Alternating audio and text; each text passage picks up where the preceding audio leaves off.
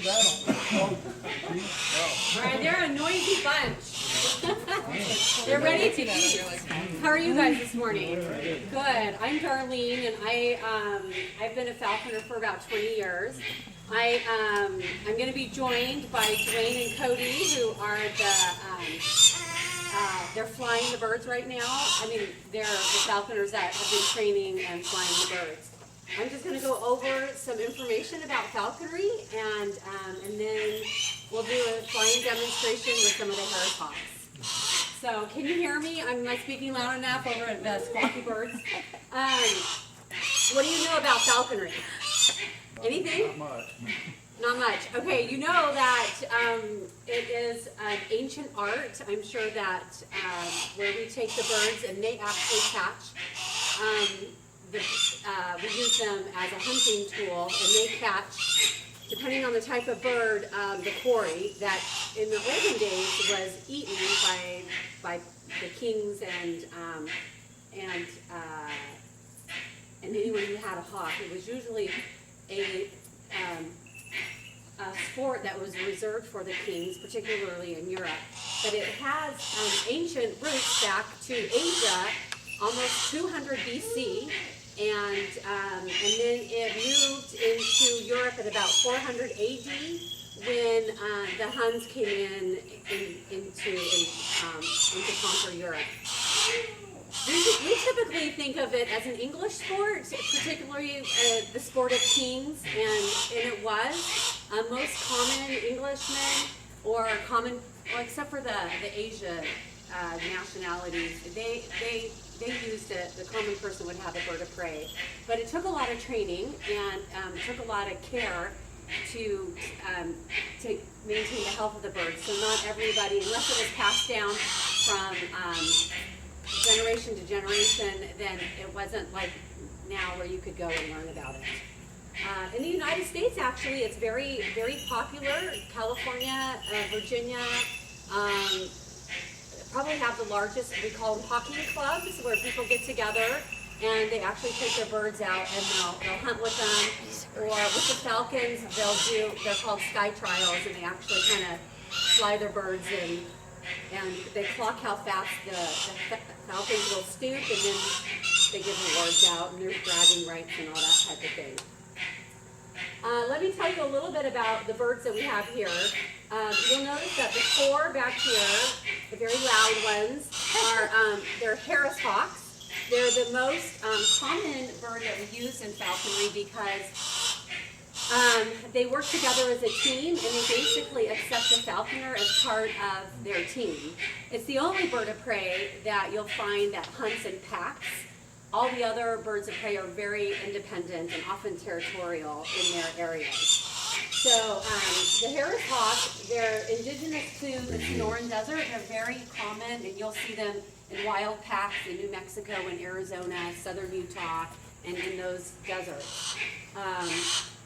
They actually are full grown. Most birds of prey are full grown at about somebody's surprise. And the eagle is right in here, so I think he's still in there. But he'll make some noise too. He'll surprise you. Birds of prey are full grown at 6 weeks of age, 6 weeks old. But they have what we call immature plumage, so they have all their baby feathers, and then when they're about a year old, they'll molt out their baby feathers and they grow their mature plumage. There's Cody. Come on in. Welcome. Don't worry. And typically with most birds of prey, the females are larger than the males. And so the Harris hawks, who wants to guess about how much you think, let's see, the female is right here in the front. How much do you think she weighs? So what is very little? 5 pounds. I don't know, 25 5 pounds? 25 pounds? So we fly her around 2 pounds. 2 pounds, and the males we try to keep their weights around 1.8 pounds. Yes, their bones are, especially their wings, they're hollow. The feathers, the tips are, the shafts of their feathers are hollow. And then if you were to touch them, I mean, they're all feathers. They're all feathers and light feathers. So part of falconry, the reason it really works for us is because we control their food. And so the key for any falconer is to make sure that your bird comes back. And so we only fly them, each of these birds are flown once a day for their food. And when they're ready to fly, they're hungry. So part of our process every day is to weigh them. And if they're a little over their flying weight, we may not fly them. Because what's going to happen if you have a not hungry bird?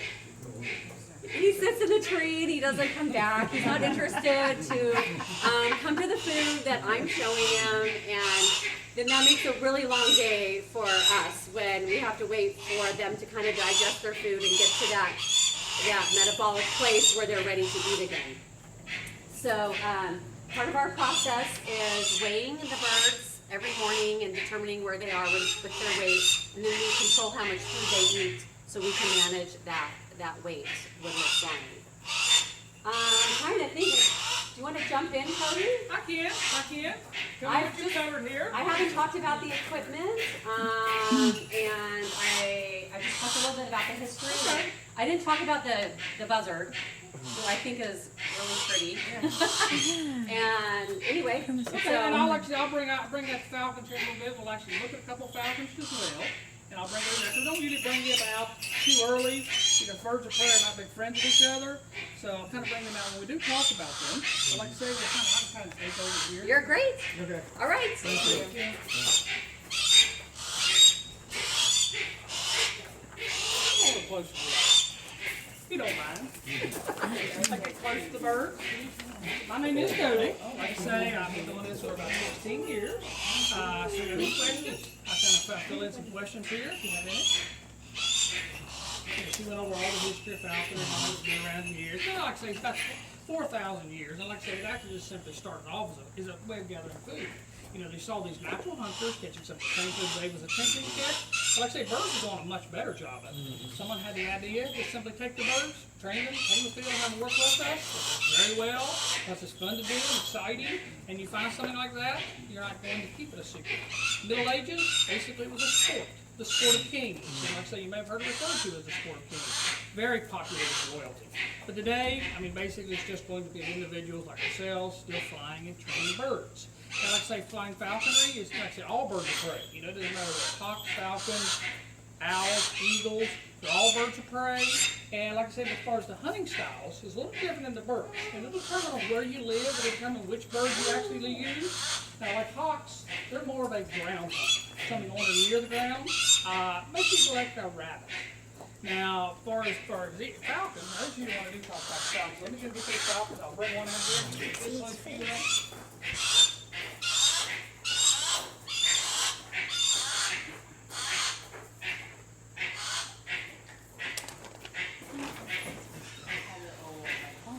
Jeez. Look how big his eyeballs are. His eyeballs are huge.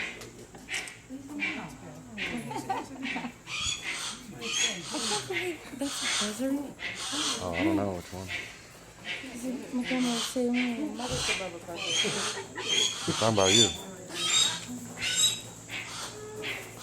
Here's one of the falcons. Now, basically, falcons, like I say, are built completely different. Long aerodynamically built bodies, long pointed wings. They're basically built for speed. They are a bird hunter.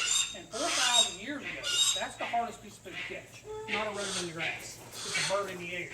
Falconry started with falcons. There's where the name comes from. Later on, it became all birds of prey. Originally, it was your bird hunter that was catching birds as large as ducks. Good to eat and hard to catch. The falconry really started with falcons. Now, the big downfall in falconry was that little invention called the shotgun gun. You no longer need the bird to get the bird. That's basically went from necessity to more of a hobby and a sport. And like I say, how do they catch ducks? So a lot of people wonder, how does a little bird like this catch a duck? They like to hunt from a high elevation. See a piece of food, literally get in position, fold the wings back, now they're at a head first dive, and at the last second, they literally turn up, impact the bird in midair, knock it out of the air, fall to the ground, or make it before it hits the ground. The main goal is knock it out of the air. So you really do have two different hunting styles. Ground hunters, air hunters, they do overlap. Hawks catch birds, falcons catch rodents. They do not overlap completely. That way there's a balance. There's even a balance where they live. Hawks, rolling hills and fields like West Virginia. Falcons, a little more open terrain. Use your speed more effectively. Now this little bird here is basically Ringo. And Ringo is a Saker falcon. Now Saker falcons you will find in the Middle East. Middle East falconry. Now that goes back thousands of years. Even to today, if you're in the Middle East and you're in the upper part of society, you will probably own a falcon bird or you will want to own a falcon bird. Very big part of their heritage even to this day, and value-wise, it's tremendous. In the Middle East, they do not want a captive-bred bird. They want a wild captive bird, a traditional bird. They're willing to pay, and I've heard the rumor several times right out here, hundreds of thousands of dollars being paid for birds. Money's not a big problem there. And they'll invest a lot of money in their bird programs as well, as far as housing and staff. Last year I had a veterinarian out here in Falconry. I said something about the value of the birds in the Middle East. He said, yes. He said, I know what those guys will spend.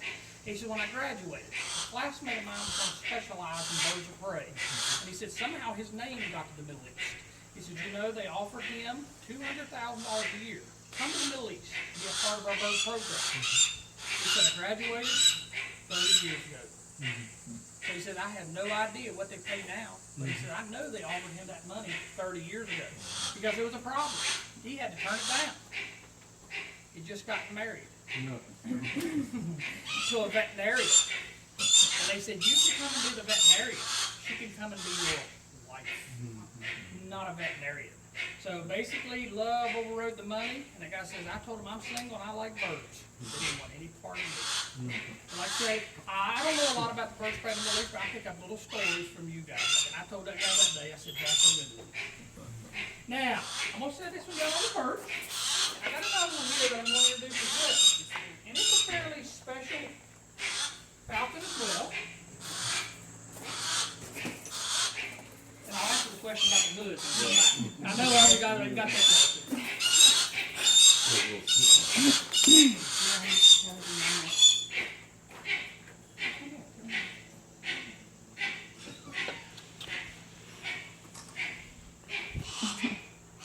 Listening to him.